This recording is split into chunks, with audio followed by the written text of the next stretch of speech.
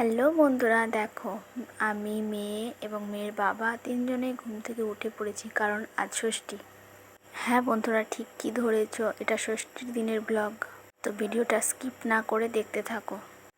এই যে মেয়ে আর আমার স্নান হয়ে গিয়েছে, আর এই যে দেখো তোমাদের দেখাচ্ছি, আমি আর আমার শাশুড়ি মা মিলে এইসব জোগাড় করেছি। ফুল, তারপরে মুড়ি, মুরগি, খই, পাঁচ ভাজা, সমস্ত কিছু যা যা লাগে সেগুলো নিয়ে চলে এসেছি মা ষষ্ঠীর কাছে। আর আমাদের মধ্যে একটা নিয়ম আছে যে প্রথম ষষ্ঠী নেওয়ার আগে মানে ছেলে হোক আর মেয়ে হোক ন্যাড়া মাথা করতে হবে।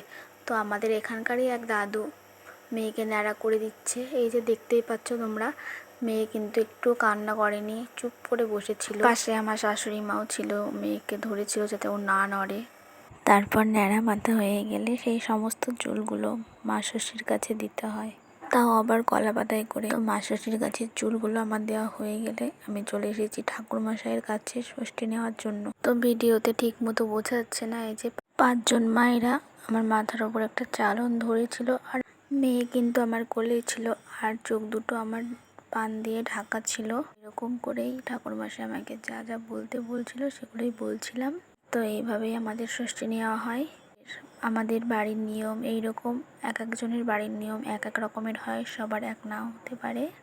এখানে অনেক কেউই আসে পাড়ার, পুজো দেয় এবং পুজো শেষে এই যে প্রসাদগুলো দেওয়া হয়।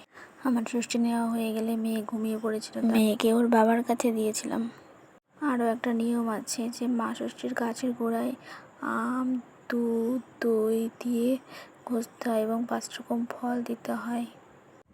মা ষষ্ঠীর গাছের গোড়ায় ফুল ফল দিয়ে পুজো দিয়ে এভাবে আমার মেয়েকে নিয়ে ষষ্ঠী নেওয়া হলো। প্রথম ষষ্ঠী এটা মা হয়ে মেয়ের জন্য নিয়ম পালনের শুরু। তারপর পুজো শেষে সবাইকে প্রসাদ দিয়ে একটু ছবি তুলেছিলাম সবাই মিলে।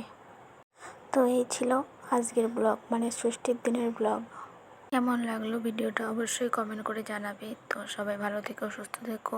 আর যদিও আমি ব্লগ বানাতে পারি না, তবু একটু চেষ্টা করলাম, কেমন হয়েছে অবশ্যই জানিও।